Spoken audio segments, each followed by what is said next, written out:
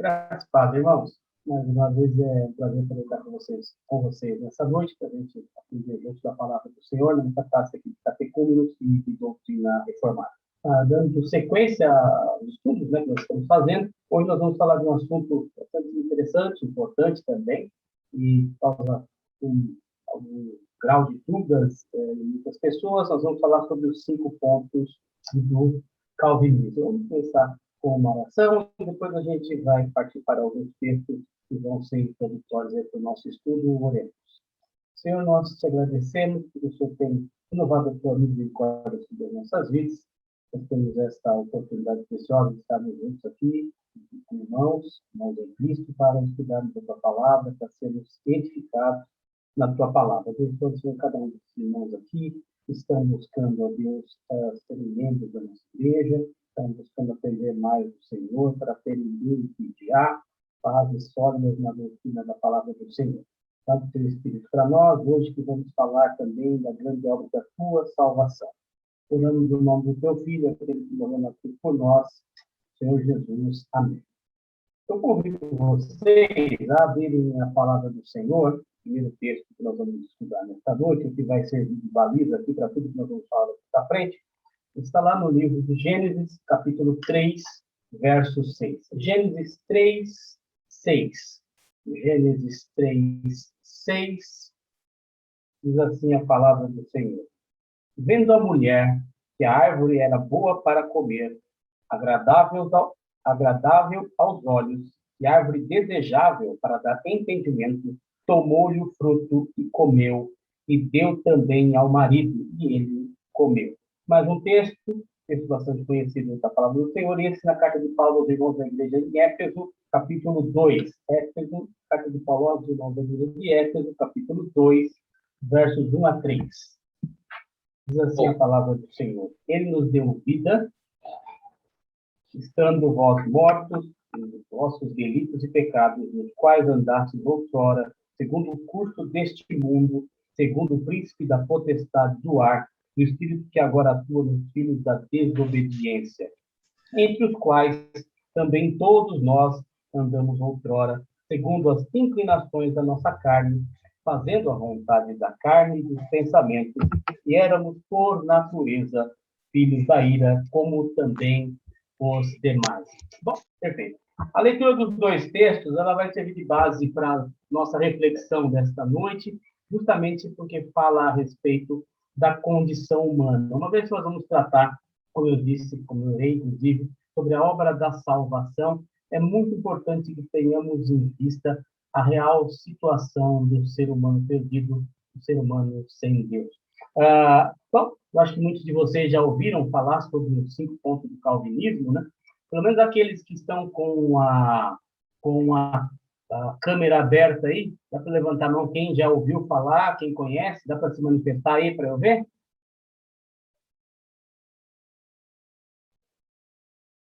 Legal, daqueles que eu consegui abrir, alguns não ouviram falar, aqueles que não ouviram falar será a primeira vez, e os outros, então, acompanharão. Bom, como a gente vai falar de 5 pontos do calvinismo, é importante que a gente faça aqui uma apresentação, um breve panorama histórico, né, daquilo que a gente vai falar. Como vocês sabem, João Calvino, reformador, ele viveu no século XVI, né, ele viveu entre 1509 e 1564. E um outro personagem importante, né, eu vou citá-lo poucas vezes, não muitas vezes aqui, mas que é de sua importância também para essa questão dos 5 pontos do calvinismo, é também outro pastor chamado Jacobus Armínio, né? Ele também viveu entre o século XVI e XVII, 1560 a 1609. E que eu situei até essa questão relacionada aos 5 pontos do calvinismo, que a gente vai ver ao longo do nosso estudo, que eles são posteriores a Calvino, né? A sua oficialização, a esquematização, se a gente pode dizer assim, até a denominação, são posteriores à vida de Calvino, por exemplo. Então, foi Calvino que sentou e falou, não, esses são os 5 pontos do calvinismo, né? Até porque Calvino não era calvinista ainda, né? Calvinistas vieram a ser os seus, aqueles que vieram após ele. Tá? Então, o que acontece? Ali, naquele panorama recente, pós-reforma, né, a partir ali de 1588, né, e quando a reforma ali, as primeiras 2 décadas ali do século XVI, então esse Jacobus Arminius, né, ou trazendo aqui para a nossa língua, Jacó Armínio, ele era um pastor, havia estudado inclusive com também um reformador importante, Teodoro Beza, lá em Genebra, na Suíça. Ele começou a questionar a doutrina calvinista, né, aquilo que Calvino colocava nos seus escritos, ensinava e pregava a respeito da predestinação. Né? Nós vamos estudar mais para frente esse termo, vamos destrinchar um pouco mais esse termo. Então, ele começou, então, a questionar isso, que é bastante interessante. Ele era uma pessoa, um teólogo brilhante, um bom desenvolvimento, grande desenvolvimento, foi, inclusive, recomendado por Beza, né, com quem ele havia estudado, né, com relação ao seu trabalho, ao seu desempenho. Mas mesmo com esses questionamentos que Arminio então levantava a respeito da doutrina da predestinação, lá em 1602 ele se tornou professor numa universidade, né, na Universidade de Leiden, lá na Holanda, e com essas ideias que ele tinha, né, contrárias à predestinação, ensino que era mais próprio de Calvino, né, ele enfrentou ali uma grande oposição, né, de também um outro teólogo bastante conhecido, que era Francisco Gomaro, né, que falava a respeito, esse sim, defendendo aquilo, os escritos e tudo aquilo que Calvino havia ensinado ao longo de sua vida, produzido na sua obra literária, né. As objeções que Arminio colocava, né, o padrão reformado, atingiam bastante a questão daquilo que era expresso na Confissão Belga, um outro documento bastante importante, o qual eu recomendo que depois cada um de vocês, por interesse, o que eu acho bastante recomendável, pesquisem sobre a Confissão Belga, o Catecismo de Heidelberg, o que esses dois documentos diziam a respeito da salvação. Arminio, então, questionava veementemente. Basicamente, ele questionava a questão da soberania de Deus na salvação, com relação à salvação, e esses vão ser os desenvolvimentos que nós faremos daqui para frente. Então, isso foi mais ou menos o que aconteceu durante a vida de Jacó Arminio. Né? Então, depois que ele faleceu inclusive jovem, né? Depois da sua morte, um ano depois, alguns dos seus alunos, aqueles que estudavam com ele na universidade, apresentaram essas ideias de novo, né? Uma forma até de um protesto, né? E eles foram, então, assim, conhecidos como os remonstrantes, aqueles que foram demonstrar novamente as ideias, aquilo que cria Jacó Arminio. Né? Eles organizaram isso em 5 artigos de fé. Né? E esses 5 artigos, então, como disse, que questionavam as questões relacionadas pelo padrão reformado, que nós vamos ver um pouco mais para frente, né? Isso causou uma grande discussão. Como eu disse, ele já havia sido combatido anteriormente por Gomaro, né, no ambiente acadêmico, na universidade, mas depois da morte isso tomou uma proporção muito maior e, então, foi necessário, por assim dizer, né, que fosse convocado, inclusive, um sínodo, um concílio, para discutir essas questões. Então, um pouco mais para frente, lá em 1618, se reuniu na cidade de Dortmund, lá na Alemanha, na Holanda, perdão, os irmãos do sínodo, que é conhecido até hoje por todos nós como o sínodo de Dort, né? Dort na Holanda. E como resultado desta reunião, deste sínodo, saiu, então, um outro documento que eu fortemente recomendo que vocês depois pesquisem a respeito dele, é um documento que está disponibilizado. Se eu tiver, eu até coloco nos links para vocês aqui estarem pesquisando, eu vou colocar mão para o material para vocês pesquisarem, artigos relacionados a isso. Então, desse encontro, desse sínodo, que ficou reunido ali durante quase 2 anos, né, 1 ano e pouco, saiu, então, o que a gente chama dos cânones de Dort, né, que apresentava uma rejeição àquelas ideias que os alunos de Arminio estavam trazendo, remostrando a respeito daquilo que cria e que pregava Arminio, ok? Então, o que é interessante nós vermos aqui, que tanto Arminio quanto Calvino, eles mesmos não debateram, não contenderam, isso nunca aconteceu. O Sínodo de Dort, as declarações ali, a organização, né, e as respostas que foram dadas àqueles questionamentos, dentro de tudo que aconteceu, então ficou conhecido também como os 5 pontos do calvinismo. É algo bastante amplo, né? Não é só, foram 5 questões, 5 respostas, mas foram vários artigos escritos e demandou bastante trabalho dos irmãos ali reunidos, dos teólogos reunidos ali. Eu não sei se até aqui alguma dúvida dessa questão mais histórica. O Ricardo está dando uma olhada no chat aí, Ricardo. Qualquer coisa você me avisa, tá? Estou deixando a tela maior aqui para conseguir ver todos vocês. Então, se não temos dúvida, prossigamos, então. Então, contra o que os remonstrantes ali estavam protestando? Né? Que ideias de Armínio eles trouxeram ali? Eu falei um pouco sobre o antagonismo relacionado ao padrão reformado no que diz respeito à salvação. Então, eles protestaram contra o que Calvino, nos seus ensinos, na sua obra, colocava tacitamente.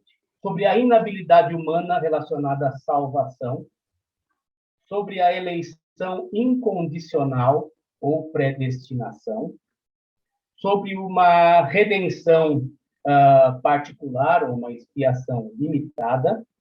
Eles questionavam se a graça era realmente irresistível e questionavam também a questão da perseverança dos santos. Eu estou fazendo o caminho contrário, tá? Mas são justamente esses que são os 5 pontos do calvinismo. Tratam da inabilidade humana, né? Ou como a gente conhece aqui com relação à salvação, a depravação total do ser humano, do gênero humano, a depravação total, é o primeiro ponto do calvinismo, né? O segundo ponto, justamente, eleição incondicional da parte do Senhor, né? Uma expiação limitada particular, a graça irresistível da parte do Senhor e a perseverança do santo. Então, esses são os 5 pontos do calvinismo. A gente vai discorrer sobre cada um deles, nós vamos trabalhar com vários textos bíblicos, né, para servir de suporte e de apoio durante a continuidade do nosso estudo. Então, os cânones de Dort, os 5 pontos do calvinismo, né, abordam esses 5 tópicos doutrinários. Mas, como eu disse, são quase 59 artigos que trabalham sobre isso, sobre predestinação, sobre a morte de Cristo e a redenção do homem, a corrupção do homem e a sua conversão a Deus, e como Deus persevera, ou a perseverança de Deus na vida dos santos. As principais ênfases desse documento são as seguintes: a gente pode colocar assim: Deus elege e reprova, né, o ser humano, o pecador, não com base na previsão da sua fé ou da incredulidade, mas por causa da sua vontade soberana. A morte de Cristo ela foi suficiente para todos? Tá? A gente pode até dizer que sim, o poder da morte de Cristo é suficiente para salvar a todos, mas ela é eficaz apenas para os eleitos, e aqui trabalhando com essa questão da predestinação, né? E mediante a queda, então, a humanidade toda ficou corrompida, e a graça de Deus atua, então, de uma maneira eficaz para converter os descrentes. Esses 5 pontos aqui. O que é interessante é que a questão da graça trabalhando no ser humano, ela não faz isso por coerção, como eu gosto de dizer para vocês, já disse várias vezes, ninguém é arrastado pela orelha para se converter ao Senhor. Nós vamos desenvolver um pouco mais sobre isso, né? Então, Deus persevera no desenvolvimento natural dessa ideia nos crentes, de modo que eles não podem decair totalmente da graça. O Ricardo encelou algumas questões relacionadas a isso na última semana, né? Então, todas essas declarações que eu estou resumindo para vocês aqui a título de introdução foram resumidas nessas expressões, nesses 5 pontos que eu acabei de dizer aqui: depravação total, eleição incondicional, expiação limitada, graça irresistível e perseverança dos santos.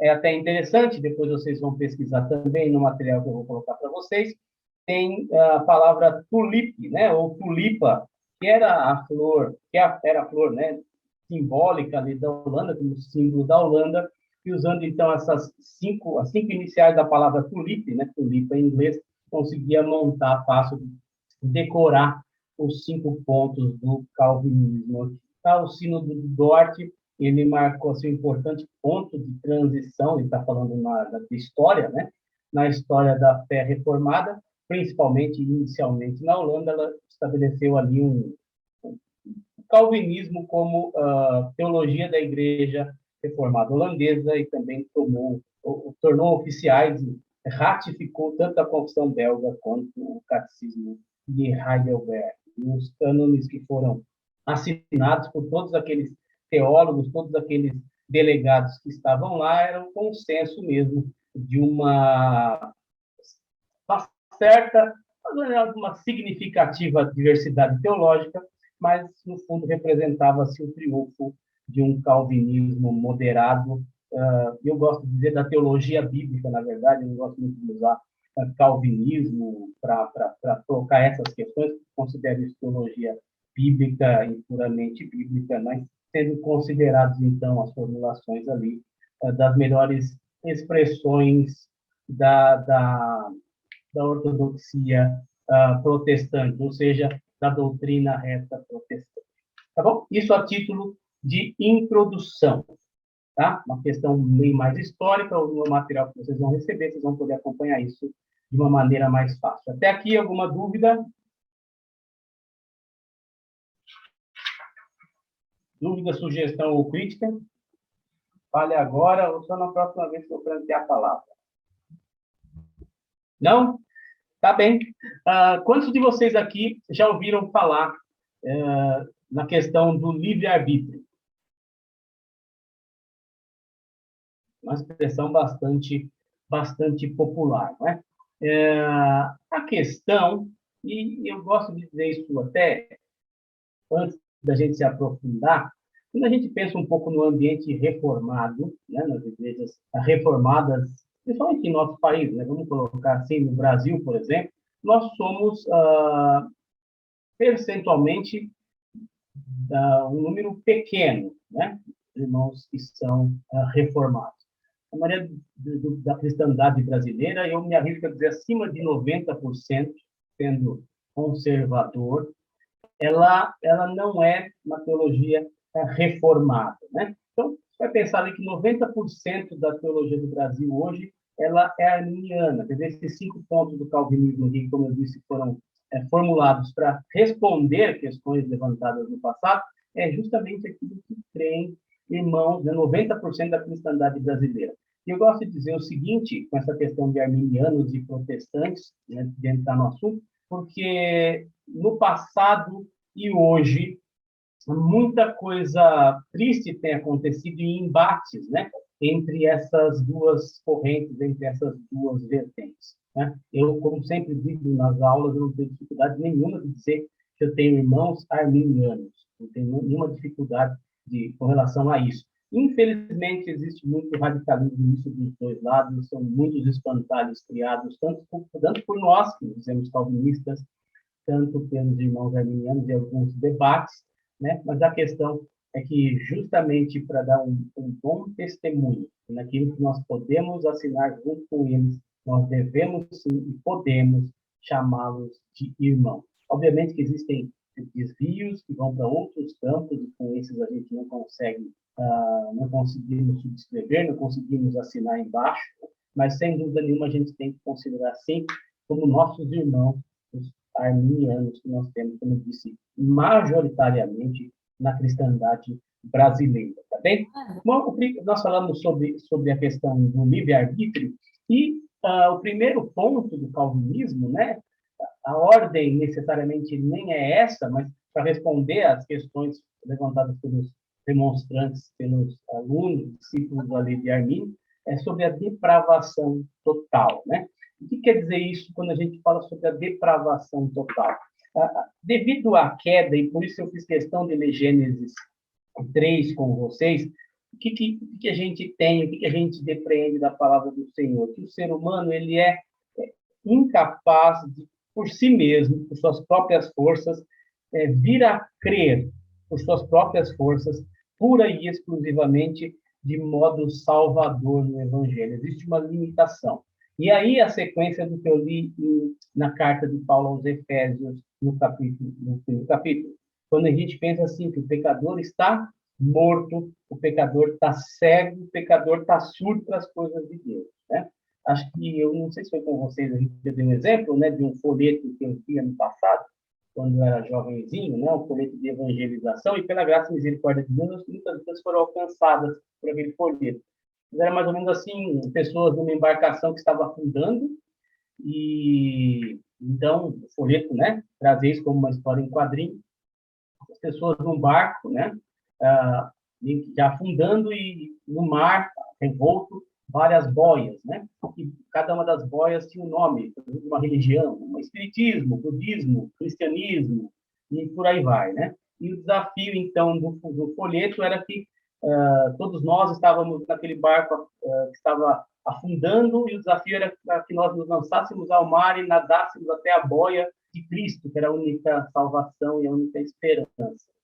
E à luz do que a gente lê, né, na carta de Paulo aos Efésios, na verdade, a gente já estava no porão do barco, né, inundado, e a gente morto ali. Não tinha condições de saltar e nadar e acontecer nada. Morto não faz nada, né? E a figura que Paulo coloca é justamente essa: nós estávamos mortos em delitos e pecados, né? O nosso coração é enganoso, desesperadamente corrupto, e por conta disso a gente não tem livre-arbítrio mais, né? A gente tem livre agência, mas o arbítrio, a condição de arbitrar, ou a questão de julgar, para fazer as escolhas, ela é plenamente e totalmente contaminada por essa questão do pecado. Por isso, nós não somos livres, ou plenamente livres, para fazermos as escolhas. Sempre haverá em nós, sempre há em nós, operando naqueles, obviamente, não alcançados, não remidos pelo Senhor, naquele que ainda não conhece ao Senhor, que está nessa condição que Paulo coloca aqui,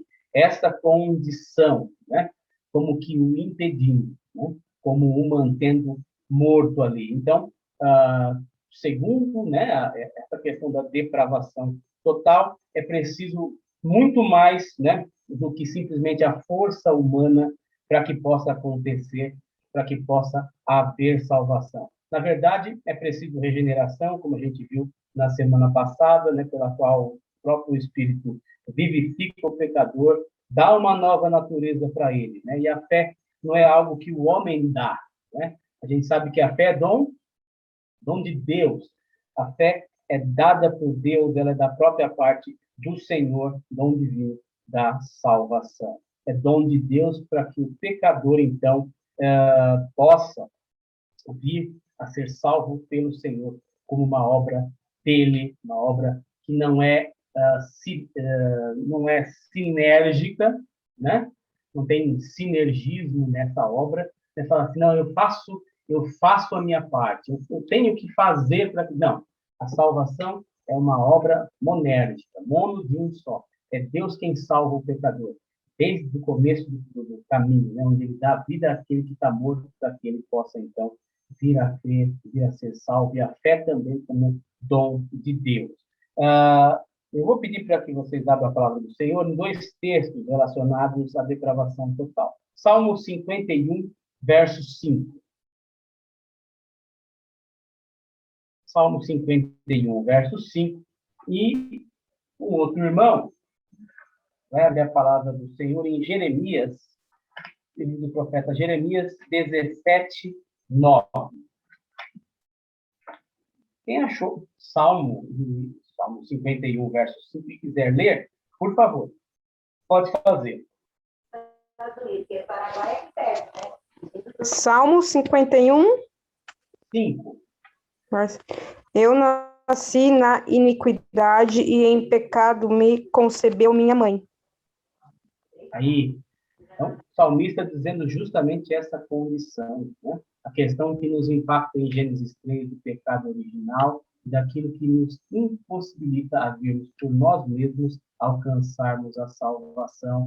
E aí a gente já vê o nosso não, né? O tão propagado livre-arbítrio indo, né, por terra ou caindo por terra. Um outro texto da palavra do Senhor, aquele que eu falei agora há pouco, é profeta Jeremias 17:9. Quem achou, pode ler. Enganoso é o coração, mais do que todas as coisas, e desesperadamente corrupto. Quem poderá entendê-lo? Obrigado, Alessandra. Sobre o coração, e eu gosto muito de dizer isso, porque eu já vi gente pregando dessa maneira, não, siga o seu coração. Eu fico pensando à luz de um texto como esse, né? Não me parece muito pregação quando a gente vê as pessoas falando isso, parece muito mais coisa de filme da Disney, né? Siga o seu coração, faça o que o seu coração manda, né? Óbvio, a gente está trabalhando com uma questão mais figurada, muito mais romântica, lá da França, do século XIX, século XVIII, né? Falando sobre coração como centro do ser humano, mas a questão é do nosso ser. Dá para você repetir alguns dos adjetivos que foram dados aí ao coração do homem, Alessandra? Repete para nós. Enganoso é o Enganoso. coração, O que mais? mais do que todas as coisas, é desesperadamente corrupto. Olha aí. Enganoso e desesperadamente corrupto, né? E já não estamos falando ali de político brasileiro, não, viu, gente? Estamos falando do nosso coração, da nossa realidade, né? Então, quando a gente pensa um pouco sobre a questão da depravação total, está aí, né? Aqui está o seu livre-arbítrio, aqui está a tua condição de você por si mesmo vir a salvar-se, né? Como concorrente ali na obra da salvação. Essa é a nossa condição. A gente não tinha condições de sair nadando no mar revolto e alcançar a boia de Cristo para ser salvo, né? E é isso que esse ponto do calvinismo aqui diz e é expresso na palavra do Senhor. No material tem mais uns 20 textos ali a respeito desta questão, né? Relacionado a esta questão exclusivamente da depravação total. Mas eu creio que até a título para a nossa aula aqui, para a brevidade dela, vai servir. Nós demos, no começo do ano, aulas a respeito dos 5 pontos do calvinismo. Cada uma das aulas durava em torno de 50 minutos. Essas aulas estão no canal do YouTube da igreja, né? Então, cada um dos 5 pontos do calvinismo, nós demos aulas, cada domingo era um ponto, tá? Então, falando de uma maneira mais breve aqui, mas depois vocês podem consultar esse material. Um outro material também, que eu desde já recomendo para vocês também, está no YouTube, é uma série chamada Os Cânones de Dort. O pastor Franklin Ferreira deu lá no Instituto Charles Spurgeon, lá no Nordeste, várias exposições a respeito dos cânones de Dort, trata então também de cada um desses 5 pontos do calvinismo. Perdão, okay? Então, qual que é o nome dele? É pastor o quê? Franklin Ferreira. Vou colocar aqui para você no chat. Aqui, ó. Franklin Ferreira. Bom, os cânones de Dort, você pode procurar lá no YouTube que você vai encontrar. Tá? Pergunta aqui, já aproveitando. Anderson, arminianos são os movimentos pentecostais e neopentecostais também? Veja, nós temos entre os pentecostais e os neopentecostais, quase na totalidade, não posso dizer 100%, mas quase 100%, né, deles são arminianos, ok? Já ouvi alguma vez alguma coisa de igreja reformada pentecostal, mas é aquelas coisas assim que surgem só no Brasil mesmo que acontece, tá? Mas tem alguma coisa, já ouvi alguma coisa nesse sentido, mas nós temos irmãos batistas que são arminianos e, enfim, metodistas e tal, né? A grande parte dos nossos irmãos batistas hoje são arminianos, nós temos alguns reformados, tá? Mas não é um grupo muito grande. Para ser sincero, até 30, 40 anos atrás, a mesma nossa igreja IPB, ela tinha majoritariamente uma mente arminiana, tá bom? E eu posso dizer que a igreja em que eu nasci, em que eu cresci, primeiros anos da minha vida, tinha uma forte linha, embora fosse presbiteriana, em tese com um legado e toda uma herança reformada, ela era arminiana. Isso sendo bastante claro, tá? Então, sim, nós temos bastante, como disse o arminianismo no Brasil, 90% pelo menos arminiano. Pode falar, Simone. Foi daí que veio aquela divisão entre o presbiteriano independente E o presbiteriano, a IPB normal?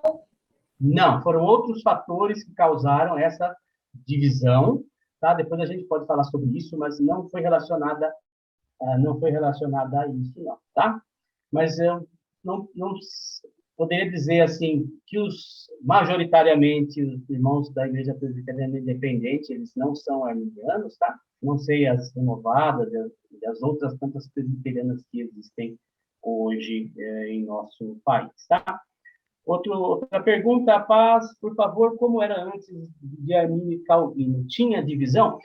Ótima pergunta, Eliana. É interessante porque, se a gente pensar e ver os escritos paulinos, por exemplo, eles têm uma clara, principalmente a carta de Paulo aos Romanos, fala bastante sobre isso. Nós vamos ver vários textos relacionados a isso, né? A essa questão da predestinação, principalmente, né?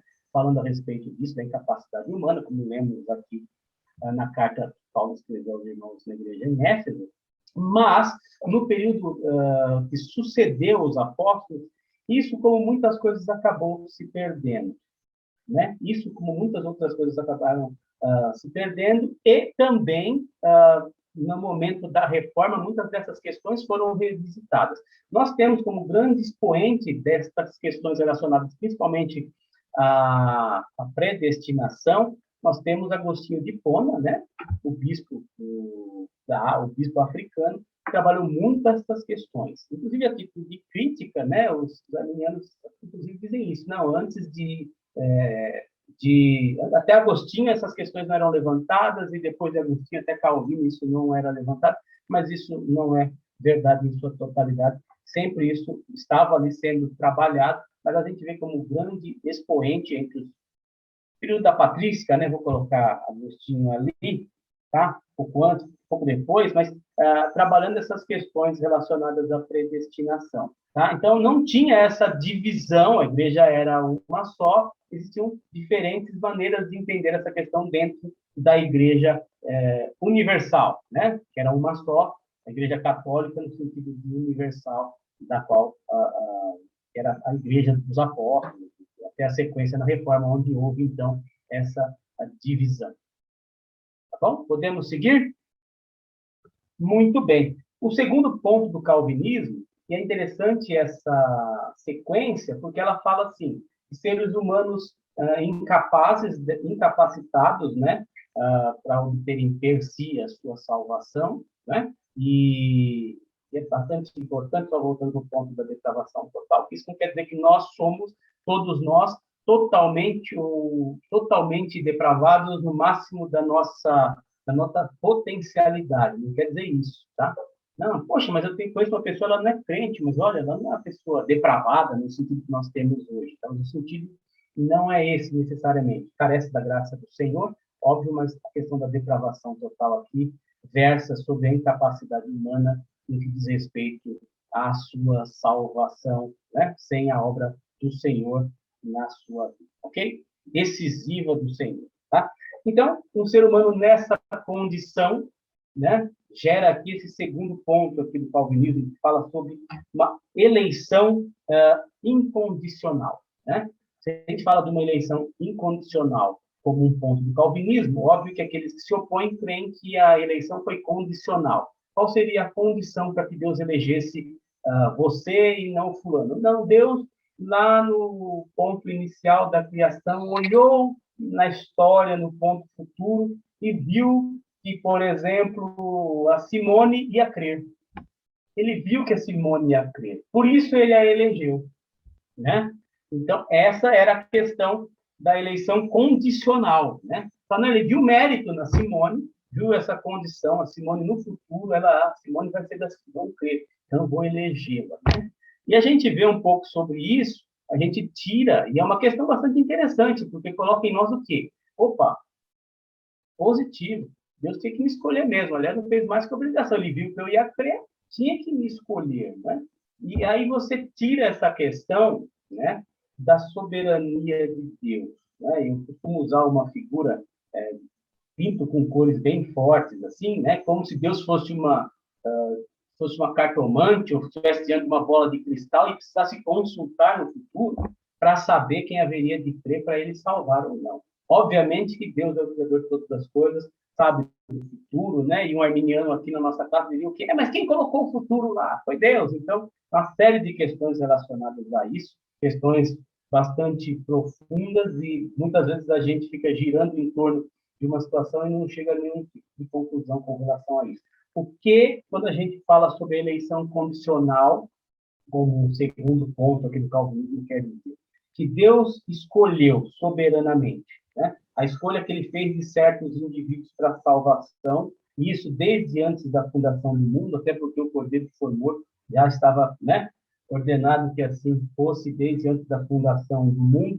E essa escolha que Deus fez, ela não teve nenhum outro, ela não descansou em nenhum outro lugar, senão na soberana vontade do Senhor, né? Uma palavra do Senhor, uma palavra difícil, é o beneplácito da sua vontade. A escolha que ele fez, então, de ter determinados pecadores, né? E eu gosto de dizer isso, os piores pecadores, né? Ele escolhendo os piores pecadores, não foi baseada em nenhuma resposta ou obediência prevista, né? Que Deus previu de cada um de nós, né? Como fé ou arrependimento. Olha, o Anderson é bonzinho, ele olha, vai se arrepender. Não, vou escolher o Anderson, né? Eu, à luz da palavra do Senhor, me conhecendo, e aí é uma análise que cada um de nós pode fazer, pode-se dizer aí. Eu, pessoalmente, não posso dizer isso. Pelo contrário, é o próprio Deus quem dá a fé, o arrependimento a cada uma das pessoas que ele mesmo escolheu. Esses atos, né, são resultado e não a causa da escolha divina. Né? Quando a gente pensa em eleição, portanto, o que é importante é que ela não foi determinada, ela não foi condicionada por qualquer qualidade ou ato previsto em mim ou previsto em você. Aquele a quem Deus elegeu soberanamente, ele fez, né, e ele faz através do poder do seu Espírito e traz a uma voluntária aceitação de Cristo. Ele trabalha em nossas vidas e, como eu disse, nenhum de nós chega ao Senhor arrastado pela orelha. De fato, você pode dizer, eu criei, né? Eu aceitei ao Senhor, vamos dizer assim, mas, na verdade, é porque Ele trabalhou em nosso coração de uma maneira decisiva, que só Ele mesmo poderia fazer para nos alcançar. Né? A causa última da salvação não é a escolha que o pecador faz de Cristo, mas a escolha que Deus faz do pecador. Agora, se você me perguntar, né, como eu disse, qual a condição, ela, para mim, é incondicional, baseada na soberania de Deus, e é um mistério de Deus, né? Eu só posso dizer por quê. Deus, né? A gente até hinos falam sobre isso, né? Não sei por que de Deus o amor a mim se revelou. De fato, honestamente, olhando, cada um de nós deve fazer essa afirmação. Né? Como eu disse, muitas vezes a gente se arroga a uma condição de dizer, olha, por mim, o Senhor Jesus não precisaria nem ter morrido na cruz. Bastaria algumas ações e já era o suficiente para pagar os pecados. A gente sabe que não é assim. É muito interessante, convidativa essa questão, trazendo para nós algum mérito, né, como co-participantes. Obviamente que a gente trabalha, né, mais para frente, a gente pensa em desenvolvimento da salvação, trabalhamos sobre isso na semana passada. A vida do crente não é só isso, né? Aceitei a Jesus, posso continuar vivendo da mesma maneira, eu posso fazer tudo, não vou cair da fé, creio no 5 pontos do calvinismo. Isso só demonstra, só denota que alguém que pensa dessa maneira precisa reexaminar se de fato foi alcançada pelo Senhor. Vamos ver mais alguns textos da palavra do Senhor? Trata um pouco sobre essa soberania, que também é refletida na escolha que o próprio Senhor faz. Deuteronômio 10:14. Deuteronômio 10:14. Diz assim a palavra do Senhor: Eis que os céus e os céus dos céus são do Senhor, teu Deus, a terra e tudo o que nela há. Né? Tudo o que há pertence ao Senhor, Ele é o Rei soberano, tudo pertence a Ele. Mais um texto no livro dos Salmos, dessa feita, Salmo 65. Eu vou pedir para algum de vocês ler. Lê para nós Salmo 65, verso 4. Salmo 65, verso 4. Bem-aventurado aquele a quem escolhe e aproximas de ti, para que assista nos teus átrios. Ficaremos satisfeitos com a bondade de tua casa, o teu santo templo. Bem-aventurado quem, Xará? Aquele a quem escolhes e aproximas de ti. A obra do Senhor expressa aqui texto do Antigo Testamento, texto do Novo Testamento, falando sobre essa mesma verdade, aquele a quem ele escolhe. Um outro texto agora nos Evangelhos, Mateus 11, 27. Diz assim a palavra do Senhor, Mateus 11, 27. Tudo me foi entregue por meu Pai. Ninguém conhece o Pai senão o Filho. Ninguém conhece o Pai senão o Filho a quem ninguém... Desculpe, lendo novamente. Tudo me foi entregue por meu Pai. Ninguém conhece o Filho senão o Pai. E ninguém conhece o Pai senão o Filho e aquele a quem o Filho quiser revelar. Olha aqui a vontade soberana do Senhor. A quem ele quiser revelar. Né? Muito mais do que a nossa vontade ou qualquer condição aqui para a salvação, é a soberana vontade do Senhor operando aqui. Vários textos, Romanos 9, terei misericórdia de quem me aprover, ter misericórdia, falando sobre isso, vai estar no material que vai servir de apoio para vocês, né? Deus nos elegeu desde antes da fundação do mundo, Efésios capítulo 1. Vários textos corroboram com esta questão aqui da eleição incondicional. Oportunidade para vocês perguntarem, para vocês falarem, fique à vontade.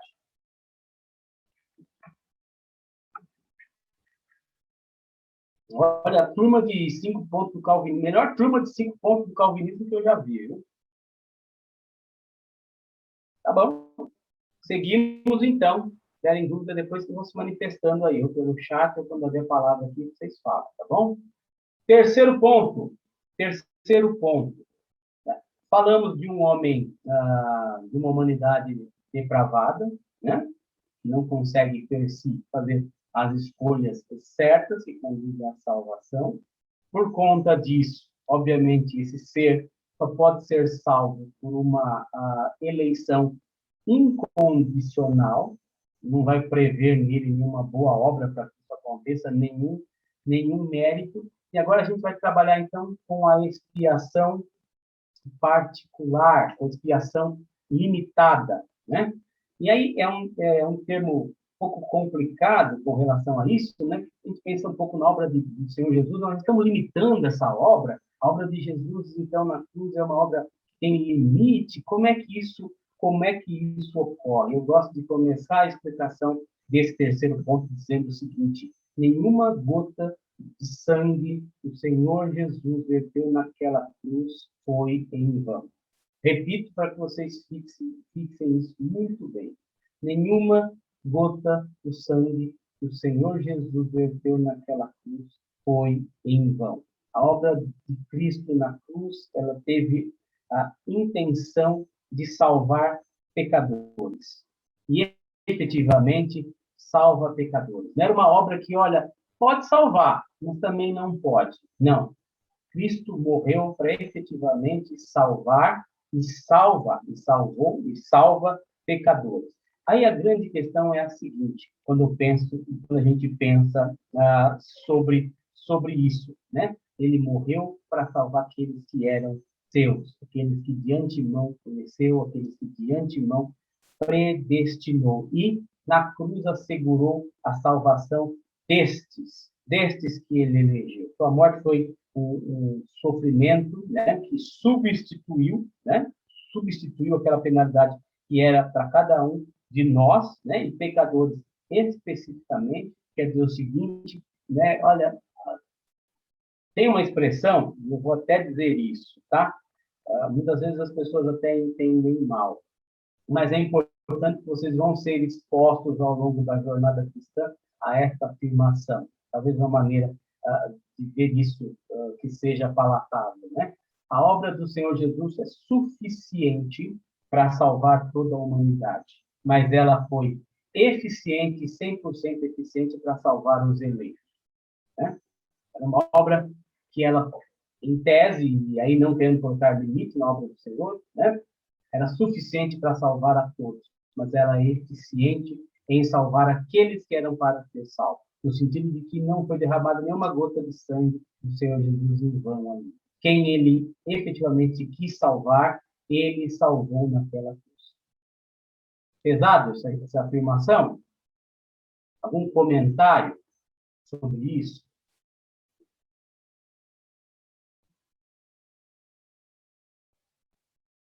Não? Tá bom, isso aqui não está muito bem. Além de remover o pecado do seu povo, a redenção de Cristo, ela assegurou, por assim dizer, tudo o que é necessário para essa salvação, incluindo a fé, né? A fé que nos une a Ele. Como disse, a fé, o dom da fé, de uma maneira infalível, né? De uma maneira sem erro, aplicada pelo Espírito Santo a todos aqueles por quem Cristo morreu. Dessa maneira, então, garantindo a salvação dos eleitos, garantindo a salvação daqueles que Deus de antemão escolheu, né? Ele não morreu para talvez salvar, né? E aí o próximo ponto vai explicar um pouco mais sobre isso.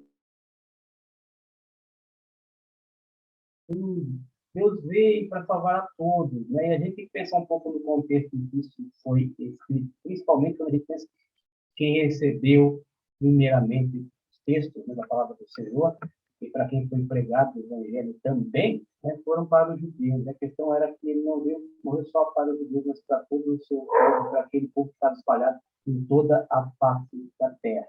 Alguns textos para nos ajudar com relação a isso. Evangelho de João, capítulo 6. Evangelho de João, capítulo 6,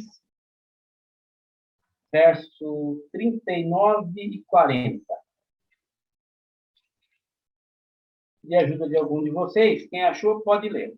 João 6, 39 e 40.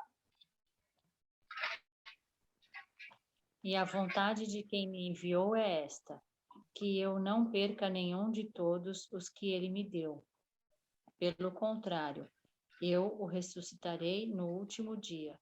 De fato, a vontade de meu Pai é que todo aquele que vir o Filho e nele crer tenha vida eterna, e eu o ressuscitarei no último dia.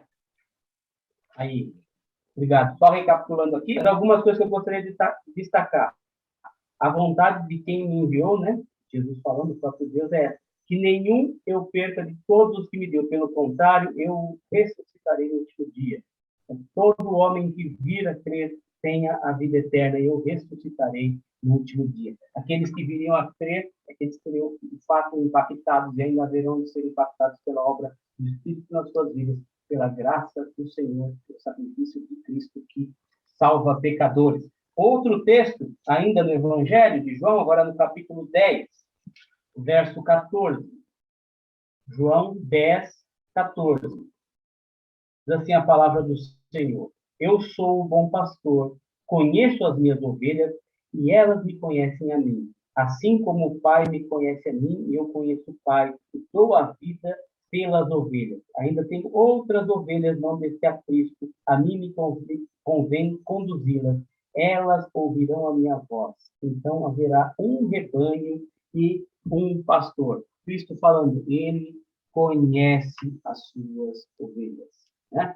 Na relação entre pastor e ovelhas, né, isso literalmente falando é bastante interessante, narrativa sobre isso, né? Quando vários pastores estão pastoreando os rebanhos nos campos, e muitas vezes os rebanhos acabam por se misturar ali, né? E aí, quando determinado pastor chama, só as ovelhas daquele pastor atendem, né? E elas, então, elas se dividem, né, por assim dizer, e elas vão e seguem a voz do pastor. E a ilustração aqui é perfeita, Jesus falando sempre sendo apresentado para nós como bom pastor. Ele conhece aqueles que são seus. Por eles ele morreu, por eles ele fez a obra na cruz. Né? Então, quando a gente pensa com relação à expiação limitada, é com relação a essa eficácia efetiva do sacrifício de Cristo por aqueles por quem ele morreu. Né?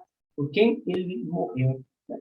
Pelos quais ele morreu, estes, então, foram e serão alcançados pela obra salvadora, vivificadora da cruz do Calvário. O próximo ponto fala bastante sobre isso também, e você percebe que na evolução aqui da apresentação, cada um dos pontos eles vão se completando, né? E o quarto ponto também fala um pouco sobre isso. Estamos trabalhando sempre com essa questão da inatividade humana e da soberania de Deus. O quarto ponto, né, como nós falamos aqui no começo, é sobre a graça irresistível, sobre o chamado eficaz. O Ricardo falou um pouco sobre o chamado eficaz na última aula, né? Eu gosto de colocar isso na ilustração como duas vontades, né? Duas vontades se chocando, né? E quando eu converso, tento debater sobre esse tema, eu procuro não fazê-lo, eu tenho feito cada vez com menos frequência, o debate tem sido cada vez menos proveitoso nesse contexto, principalmente na realidade do nosso país, um debate muito pobre, muito raso, e que dá péssimo testemunho dos cristãos, então eu evito fazê-lo. Mas eu gosto de trabalhar essa questão em relação a duas vontades. E essas duas vontades têm muito a ver com a maneira pela qual é a imagem que nós temos de Deus, que o nosso tempo, a nossa época tem de Deus. A gente muitas vezes vê, e aí você, acompanhando comigo, veja se isso é uma percepção que você tem, que nos nossos dias Deus muitas vezes é apresentado como um mordomo muito cordato, muito educado, efeminado até, que está ali à disposição de todos nós, né, para que a qualquer bater de palmas ele faça exatamente nada mais, ou sempre possível mais, mas nunca menos do que a nossa vontade. Ou seja, disso resultam absurdos como pessoas determinando coisas a Deus, dando ordens a Deus, né, como que querendo colocar Deus contra a parede, né, como se isso fosse possível diante daquele que nós acabamos de ver em Deuteronômio, que é dono de todas as coisas. Então, para essas pessoas, para esse tipo de visão, é bastante conveniente pensar assim: não, Deus quer salvar, e Deus efetivamente diz o seguinte: olha, eu quero salvar você. Eu gostaria muito de que você fosse meu povo, mas você não quer e eu não posso, então, fazer nada. A sua vontade prevalece sobre a minha, o poderoso nessa história é você, e eu não posso fazer nada. Essa é uma apresentação bastante condizente com uma realidade, né, de muitos arminianos. Né? Eu nem diria arminianos, porque nem eles se atrevem a ir tão longe assim. Já é um outro estágio aí, é uma droga mais pesada, não estamos falando quase de pelagianos aqui, mas é uma outra questão para uma outra aula. Mas quando a gente pensa sobre isso, sobre essa ausência da soberania de Deus na salvação, é mais ou menos esse quadro que a gente tem. Nos dias de hoje ele é muito convidativo a muitas pessoas, porque a imagem que é feita de Deus é justamente essa, totalmente deturpada, que eu apresentei aqui nessa ilustração que eu acabei de fazer. Além da chamada externa à salvação, né, que é feita de maneira geral a todos, né, quando a gente prega o evangelho, né, falamos com muitas pessoas, o evangelho é pregado, muitas pessoas ouvem, o Espírito Santo ele estende aos eleitos, aqueles pelos quais efetivamente Cristo morreu, um chamado especial, um chamado interno, e este sim é irresistível e traz a salvação. A gente pensa no chamado eficaz, né? É justamente sobre isso que a gente está falando. Porque ficaria estranho a gente falar sobre graça irresistível. A gente pensa, poxa, mas o evangelho é pregado para tanta gente, tem tanta gente que não quer saber de Deus, não quer saber de nada, como é que essa graça pode ser irresistível? E aí entra essa questão aqui. O chamado externo do qual eu estou falando aqui, essa questão da pregação que é feita indistintamente a todos, e nós somos convocados a pregar o evangelho a toda a criatura, porque a nós, né, não é concedido saber quem são os eleitos. Né? Para nós, o que nos é ordenado é de pregar, e pregar a todos aqueles para que a gente possa pregar, para que a gente consiga pregar. Né? Essa pregação que nós fazemos, ela é, muitas vezes, né, grande parte das vezes, ela é rejeitada. A gente pensa, a gente lembra justamente da passagem, né? Muitos são chamados, e poucos escolhidos, e a gente pode trazer isso para essa realidade. Agora, aquele chamado, cada um de vocês aqui, creio e espero em Deus que tenham recebido, é algo diferente.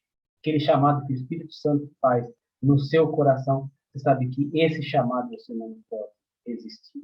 Você não pode resistir. Né? Cada um de nós tem essa experiência no dia em que nós cremos. Né? No dia em que nós cremos.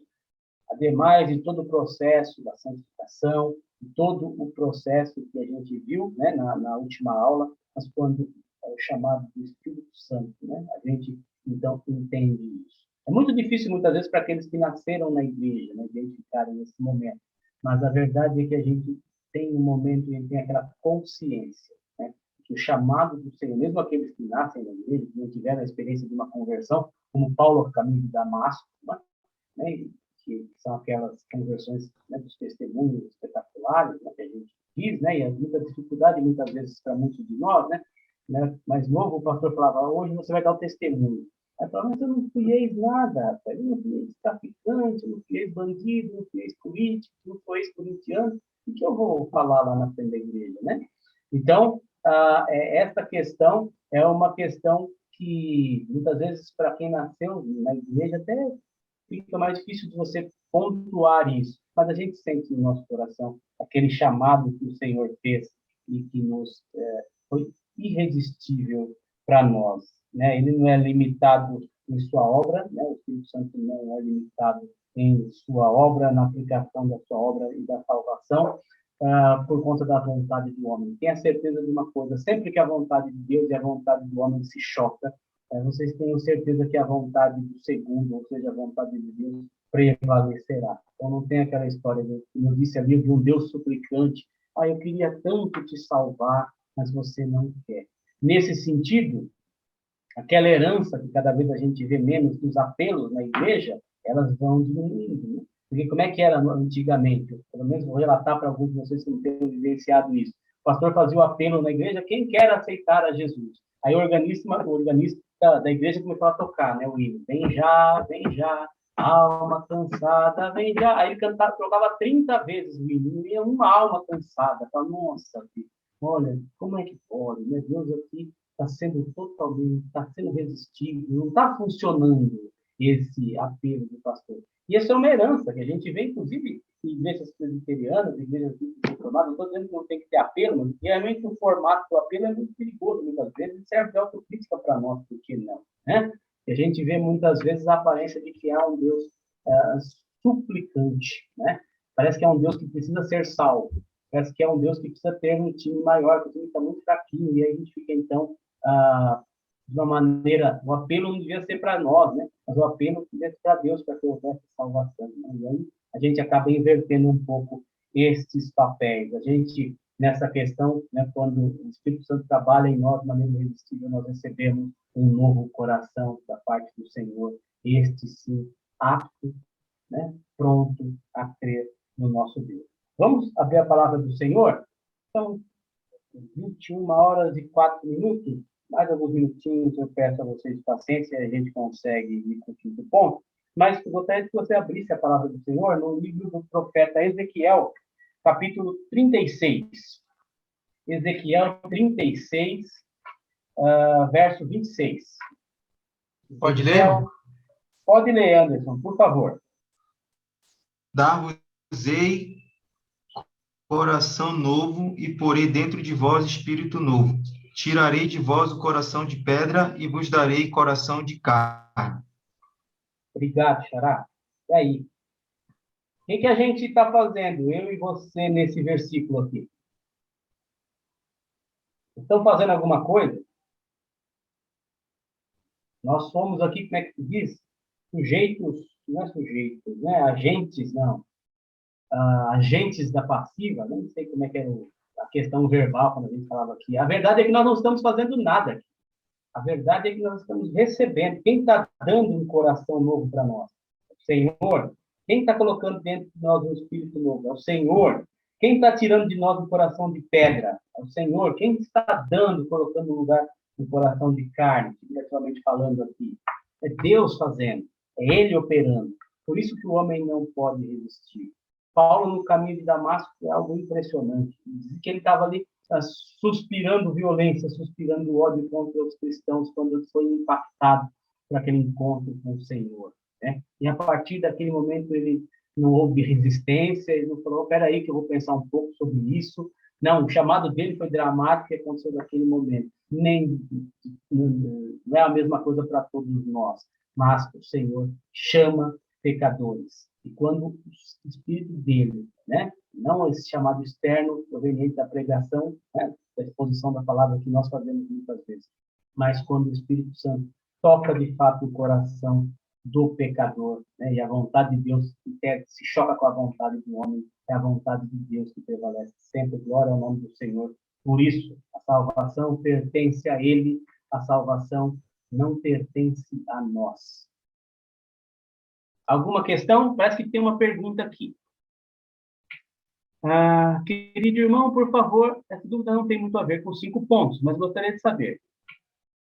Cristo morreu primeiro em obediência ao Pai. E o Pai, por amor à humanidade,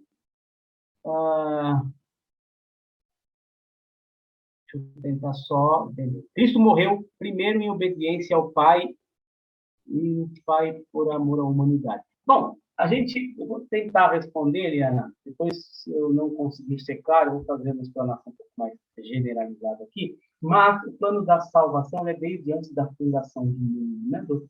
São o pacto da salvação, as 3 pessoas da Trindade, tratando sobre esta questão da salvação da humanidade perdida. Deus contemplando ali uma massa perdida de homens, né? Pecadores.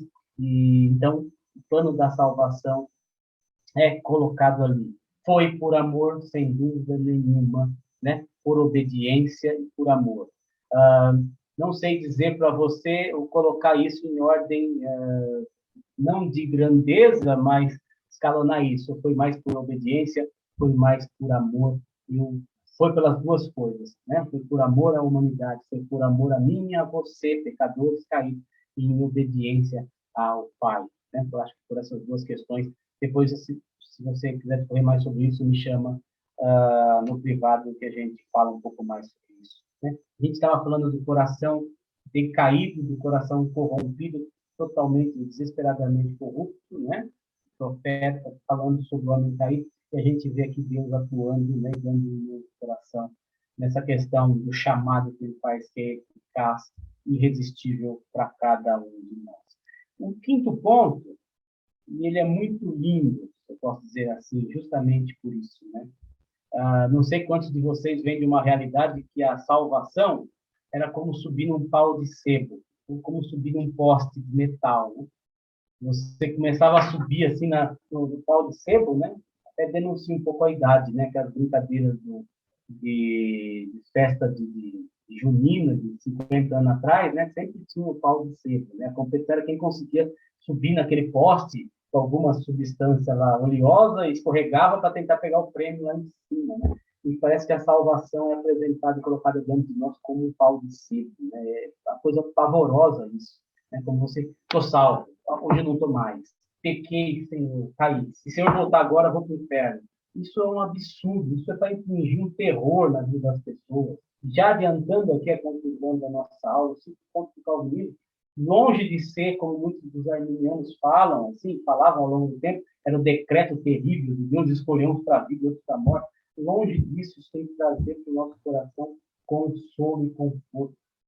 É obra dele, a salvação. Ele, do começo ao fim. E a gente vai falar um pouco agora sobre a perseverança do santo. Vamos ver se essa perseverança ela é nossa, como é que é, né? Quando a gente fala sobre a perseverança dos santos aqui, o que quer dizer isso? Na verdade, é que todos aqueles que são escolhidos por Deus, né? A quem o Espírito Santo concedeu fé, a quem ele deu um novo coração, tudo isso que a gente acabou de ler, estes são eternamente salvos por Deus. Aí entra aquela questão que nós falamos na última aula, que a Simone gostou, né? Da volta dos que não foram. E você pergunta, mas é aquele que estava lá conosco, parecia irmão, saiu, será que ele volta, será que não volta? Não compete a nós esse julgamento, né? De sabermos, podemos dizer, não, esse é eleito, esse não é. O que fica bastante claro à luz da palavra do Senhor, que aqueles que foram alcançados por Ele, né? De modo nenhum serão lançados fora, né? O bom pastor não há de permitir que nenhum daqueles que o Pai de Deus sejam perdidos. Vamos ver a palavra do Senhor? Voltando para João, Evangelho de João, capítulo 10. João 10. Verso 28.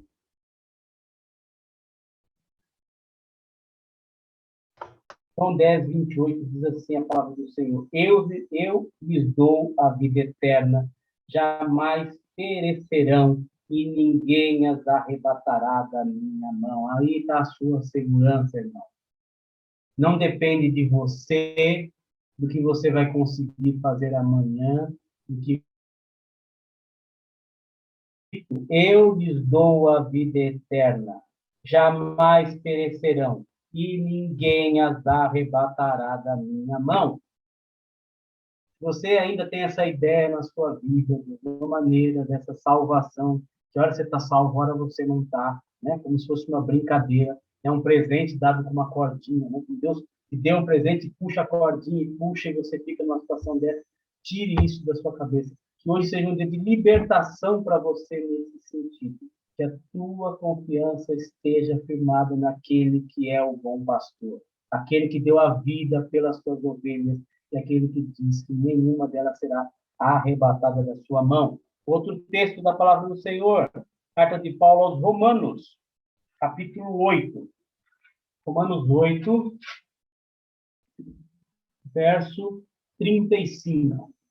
Aí porque eu disse que esse quinto ponto aqui, ele é lindo, e tem que trazer conforto na vida do crente. Romanos 8, 35.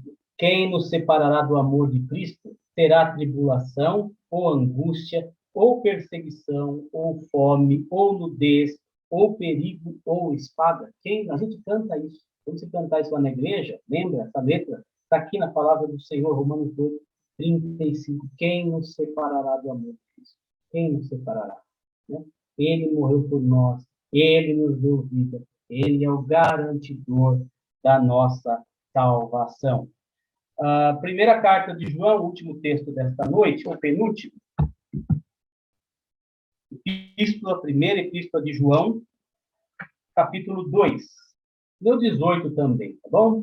Eu lerei o 18 também. Filhinhos, já é a última hora, e como ouvistes, que vem o anticristo. Também agora muitos anticristos têm surgido, pelo que conhecemos que é a última hora. Eles saíram do nosso meio, entretanto não eram dos nossos, porque se tivessem sido dos nossos, teriam permanecido conosco. Todavia eles se foram para que ficasse manifesto que nenhum deles é dos nossos. Aqui, não estou dizendo que da volta dos que não foram, Simão, né? Mas estou dizendo assim, que aqueles que realmente não voltaram, que não eram. E o texto coloca isso de uma maneira muito clara para nós, né? Quando a gente pensa na perseverança dos santos, é a perseverança de Deus em nós, é a perseverança dos santos da parte do Senhor, né? Que nos dá força dia a dia para seguirmos.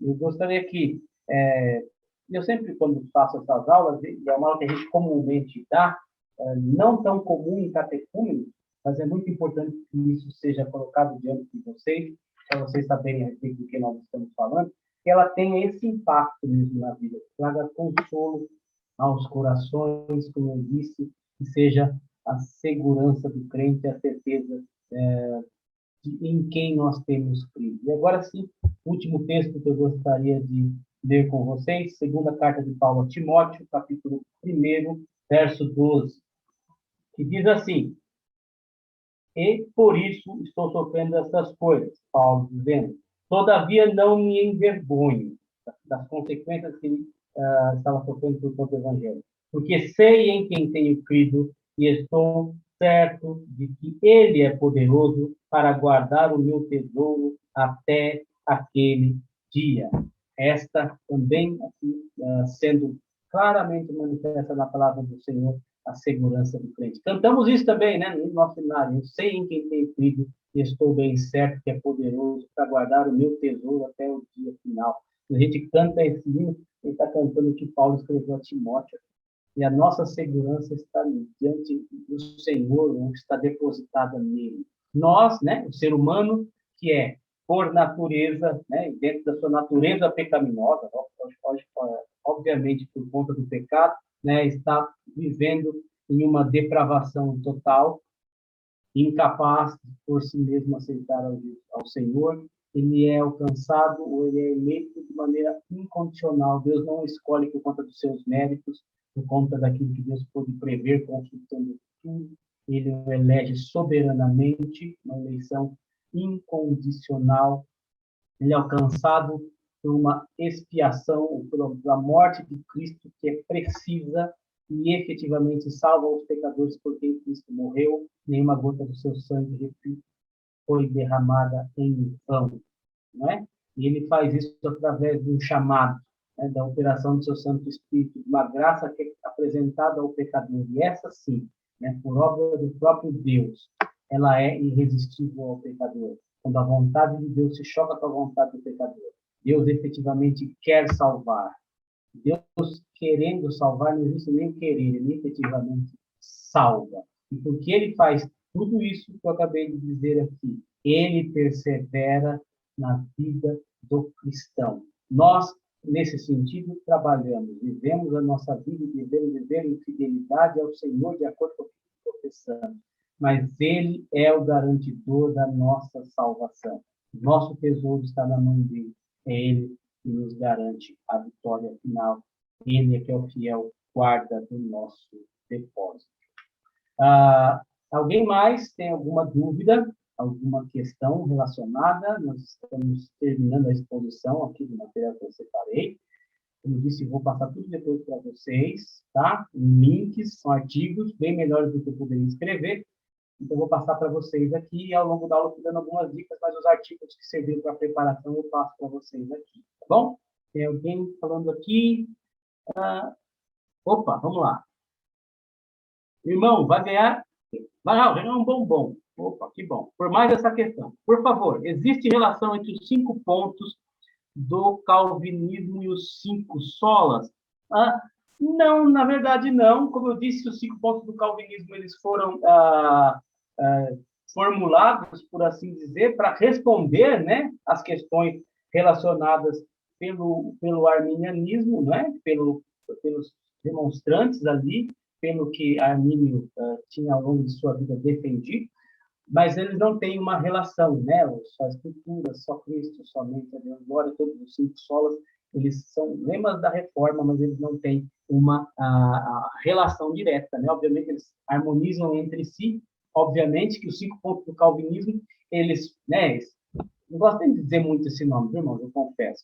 Mas essa formulação do sino de Dort, ela foi nascida porque eles pensaram nos 5 solas, somente, né? Somente Cristo, somente a fé, somente a Escritura, e assim, só a Deus glória, né? Não a nós. Então, nesse sentido, eles têm uma relação, né? Nesse sentido, eles têm uma relação não nascidos na mesma época, não foi porque teve um, teve o outro, não foi dessa maneira.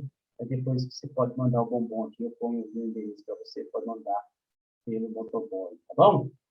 Mais alguém? Tem uma questão, irmão.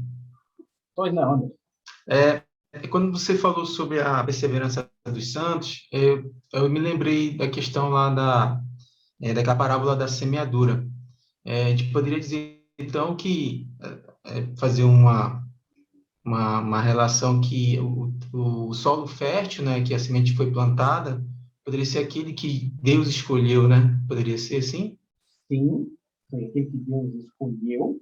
A parábola não fala sobre isso, tá? Mas a aplicação, a gente tá bom, podemos fazer aqui, mas a aplicação nesse sentido seria aquele a quem Deus escolheu e que a exposição da palavra e a operação do Espírito Santo naquela vida, né, o chamou de maneira irresistível. Porque muitos até, alguns solos prontamente atenderam, né? Até brotou, mas tinha raiz e tal.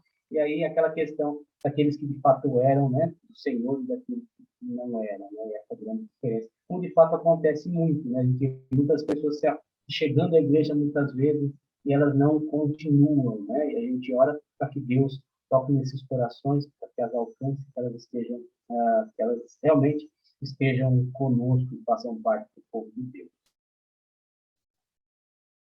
Legal. Aí, irmãos, depois eu vou colocar no WhatsApp do grupo os links para vocês. Estou à disposição dos senhores e senhoras para qualquer esclarecimento. Naquilo que eu não puder responder, a gente vai atrás de alguém que possa fazê-lo.